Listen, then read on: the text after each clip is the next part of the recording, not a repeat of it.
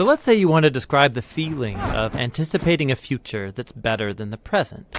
You might be giddy or excited or maybe unsure, but most of us know that experience. We call it hope.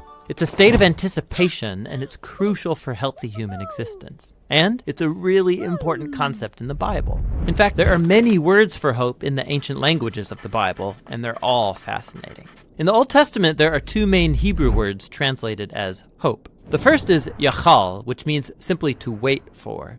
Like in the story of Noah and the ark, as the flood waters recede, Noah had to yachal for weeks. The other Hebrew word is kavah, which also means to wait. It's related to the Hebrew word kav, which means cord. When you pull a kav tight, you produce a state of tension until there's release. That's kavah, the feeling of tension and expectation while you wait for something to happen. The prophet Isaiah depicts God as a farmer who plants vines and kavahs for good grapes. Or the prophet Micah talks about farmers who both kavah and yachal for morning dew to give moisture to the land. So in biblical Hebrew, hope is about waiting or expectation. But waiting for what?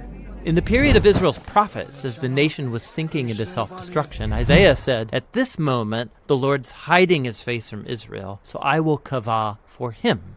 The only hope Isaiah had in those dark days was the hope for God himself. You find this same notion of hope all over the book of Psalms, where these words appear over 40 times. In almost every case, what people are waiting for is God. Like in Psalm 130, the poet cries out from a pit of despair, "I kavah for the Lord, let Israel yachal for the Lord, because he's loyal and will redeem Israel from its sins." Biblical hope is based on a person, which makes it different from optimism. Optimism is about choosing to see in any situation how circumstances could work out for the best. But biblical hope is not focused on circumstances. In fact, hopeful people in the Bible often recognize there's no evidence things will get better, but you choose hope anyway. Like the prophet Hosea, he lived in a dark time when Israel was being oppressed by foreign empires, and he chose hope when he said God could turn this valley of trouble into a door of hope, like the day when Israel came up from the land of Egypt.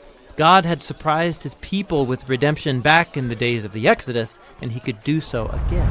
So it's God's past faithfulness that motivates hope for the future. You look forward by looking backward, trusting in nothing other than God's character. It's like the poet of Psalm 39 who says, "And now, O Lord, what else can I kavah for? You are my yachal." In the New Testament, the earliest followers of Jesus cultivated the similar habit of hope.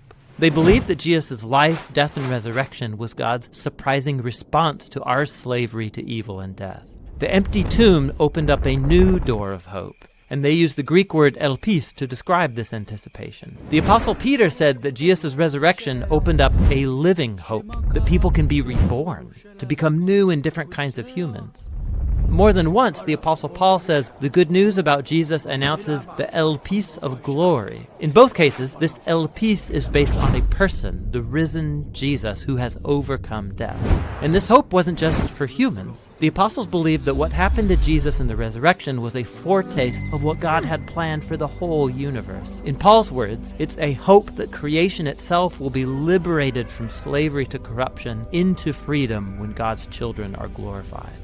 So Christian hope is bold, waiting for humanity and the whole universe to be rescued from evil and death. And some would say it's crazy, and maybe it is. But biblical hope isn't optimism based on the odds. It's a choice to wait for God to bring about a future that's as surprising as a crucified man rising from the dead. Christian hope looks back to the risen Jesus in order to look forward.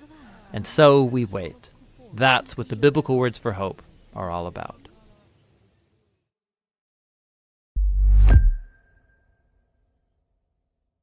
Hey, thanks for watching this word study video by the Bible Project. We make lots of other videos, and they're all about showing how the Bible is a unified story that leads to Jesus.